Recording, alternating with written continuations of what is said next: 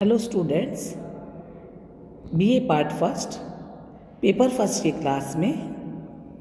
हम federal government पे चर्चा कर रहे थे। लास्ट क्लास में हमने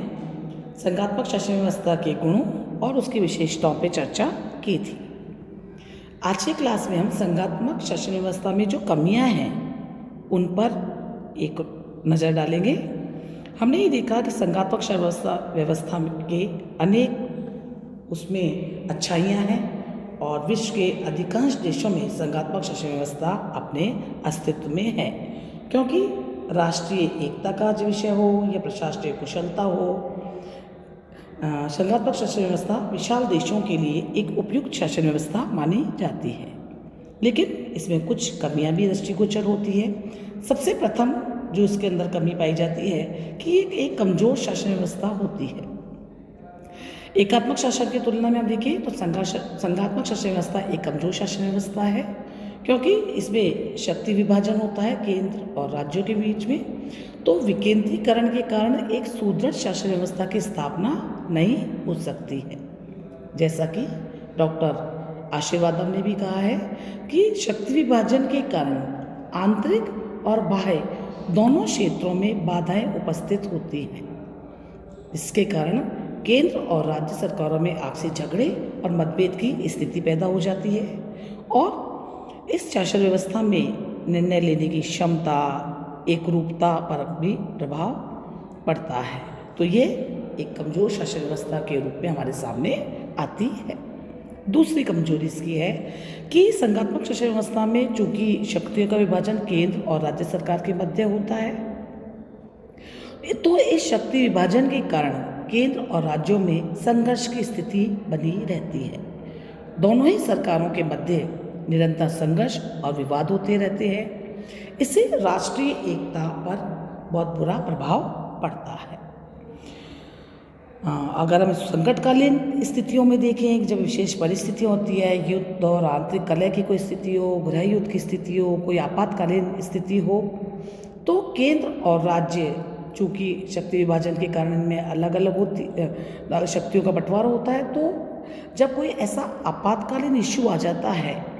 और जब राज्यों को भी मंत्रणा के लिए केंद्र के साथ में जुटना पड़ता है या कोई फैसला लेना पड़ता है, तो ये स्थिति सामने आती है कि उनसे विचार विमर्श किए बिना कोई दृढ़ता से निर्णय भी नहीं लिए जा सकते हैं। और ऐसी स्थिति भी हो सकती है कि केंद्र और राज्यों में अलग अलग दलों की सरकारें हों, तो संकट काल के लिए इस व्यवस्था को उपयुक्त भी नहीं माना जाता है।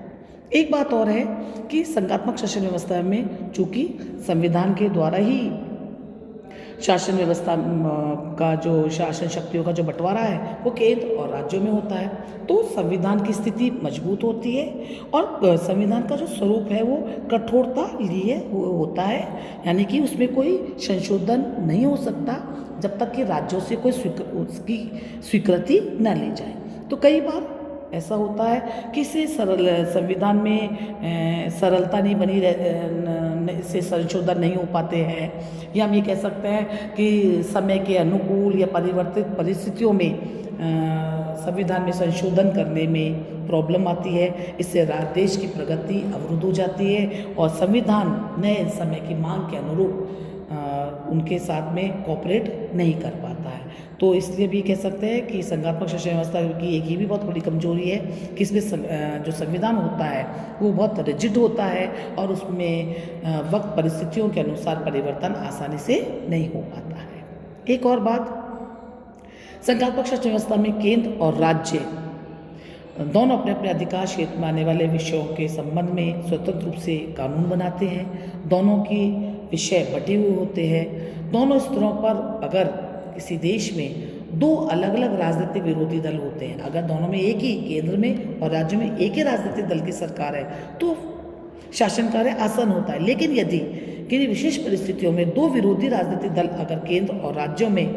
पदारूढ़ होते हैं, तो ऐसी स्थिति में भी हम ये देखते हैं कि संघात्मक शासन व्यवस्था के कारण देश में राष्ट्रीय एकता की जो भावना है या राष्ट्रीय एकता का जो तत्व है वो बहुत कमज़ोर हो जाता है। एक और विशेष बात कि संघात्मक शासन व्यवस्था में चूंकि शक्तियों का बंटवारा होता है, चूंकि न्यायपालिका सर्वोच्च स्थिति में होती है, या हम कह सकते हैं कि संविधान की व्याख्या के रूप में, संविधान के संरक्षक के रूप में हम न्यायपालिका को असीमित शक्तियाँ प्रोवाइड करते हैं, या न्यायपालिका को अनावश्यक महत्व भी इसके अंदर मिल जाता है, क्योंकि उसे कार्यपालिका और व्यवस्थापिका के द्वारा जो कानून निर्माण का जो ये कानूनों को अवैध करने का जो ये उसको गलत ठहराने का जो अधिकार न्यायपालिका को संविधान के द्वारा प्राप्त हुआ है, जैसे न्यायिक पुनरावलोकन की शक्ति कहते हैं। कभी कभी हमने देखा है कि ये प्रैक्टिकली कि न्यायपालिका के द्वारा इस शक्ति का कभी कभी दुरुपयोग भी किया जाता है। तो हम ये कह सकते हैं इससे क्या होता है, व्यवस्थापिका जो चुने हुए प्रतिनिधियों के द्वारा अस्तित्व के अंदर आती है वह कमज़ोर हो जाती है, और जो न्यायपालिका जो नॉमिनेटेड एक चैम्बर होता है, नॉमिनेटेड जो शासन का और व्यवस्था का पार्ट है वो प्रमुखता से स्थिति के अंदर आ जाता है। तो हम ये कह सकते हैं कि न्यायपालिका को संघात्मक शासन व्यवस्था में अनावश्यक रूप से ज़्यादा महत्व दिया जाता है, जिससे व्यवस्थापिका और कार्यपालिका की जो स्थिति है वो कमज़ोर हो जाती है। एक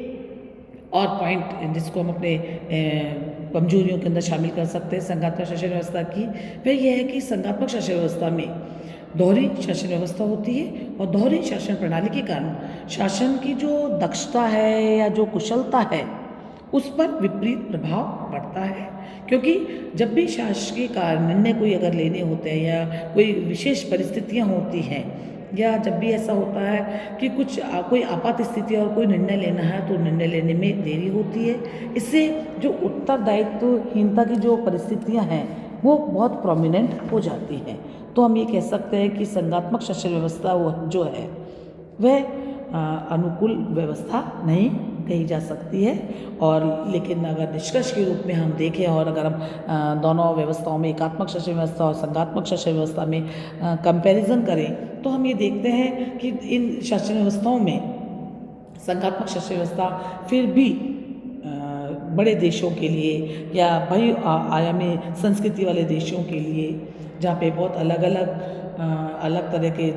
धर्म, जाति, भाषा के लोग रहते हैं, वहाँ के लिए एक उपयुक्त शासन व्यवस्था के रूप में ही हम संघात्मक शासन व्यवस्था को ले सकते हैं। हम ये देखते हैं इसके सेकंड पार्ट में कि संघात्मक शासन व्यवस्था के लिए कुछ शर्तें या कुछ प्रीरिक्विजिट्स भी हैं जिनका होने पे ही एक संघात्मक शासन व्यवस्था अपने संपूर्ण रूप के अंदर आ सकती है। कि संघात्मक शासन व्यवस्था के लिए आवश्यक है कि जो भी क्षेत्र मिलकर के एक संघ बनाना चाहते हैं वो उनके लिए आवश्यक है कि उनमें भौगोलिक समानता होनी चाहिए, क्योंकि भौगोलिक निकटता ही उनमें राष्ट्रीय एकता और राजनीतिक एकता की भावना को उत्पन्न करती है। और ये भी हम अच्छे से जानते हैं कि जब पाकिस्तान के पश्चिमी जो क्षेत्र है और जो पूर्वी पाकिस्तान का क्षेत्र है वो उनमें आपसी क्षेत्रीय दूरी के कारण ही वहाँ पे संघात्मक शासन व्यवस्था अपने अस्तित्व में नहीं आ पाई। एक और बात है कि संघ का निर्माण करने वालों के लिए ये भी आवश्यक है कि उस देश में जाति को भाषागत या धर्म और संस्कृति के अंदर एक समानता या एकता का तत्व होना चाहिए। इन तत्वों में जितनी अधिक समानता होगी उतना ही हम ये देखेंगे कि संघात्मक शासन व्यवस्था में लोगों के अंदर राष्ट्रीय एकता की भावना उत्पन्न होगी। तो संघात्मक शासन व्यवस्था के लिए भी आवश्यक है कि उनमें सांस्कृतिक एकता हो। साथ ही साथ ये भी आवश्यक है कि संघात्मक सरकार बहुत खर्चीली होती है, क्योंकि केंद्र स्तर पर, राज्य स्तर पर अलग अलग विधानमंडल होते हैं, अलग अलग मंत्रिमंडल होते हैं, अलग अलग पूरी नौकरशाही होती है। तो केंद्र और राज्यों में चूँकि अलग अलग सरकारें चलती हैं तो ये शासन व्यवस्था बहुत खर्चीली हो जाती है। इसलिए ये भी आवश्यक है कि संघ के पास में या केंद्र सरकार के पास से पर्याप्त आर्थिक संसाधन होने चाहिए, वरना जो स्थिति है वो बहुत ज़्यादा दुष्कर रहेगी। तो हम ये कह सकते हैं कि संघात्मक शासन व्यवस्था की स्थापना के लिए यह भी आवश्यक है कि वहाँ के नागरिकों में की जो राजनीतिक चेतना है वो बहुत उच्च स्तर की होनी चाहिए।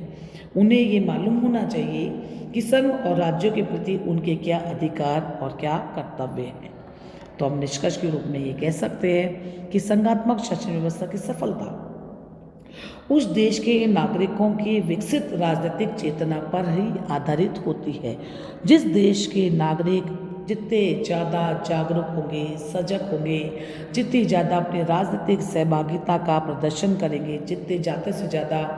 राजनीतिक रूप से जागरूक होके अपने देश के मुद्दों की जानकारियाँ रखेंगे, उस देश के लिए कुछ करने का अपने आप में जज्बा रखेंगे, उस देश में मात्र अपने अधिकारों के लिए नहीं अपनी तो अपने कर्तव्यों के लिए भी जब वो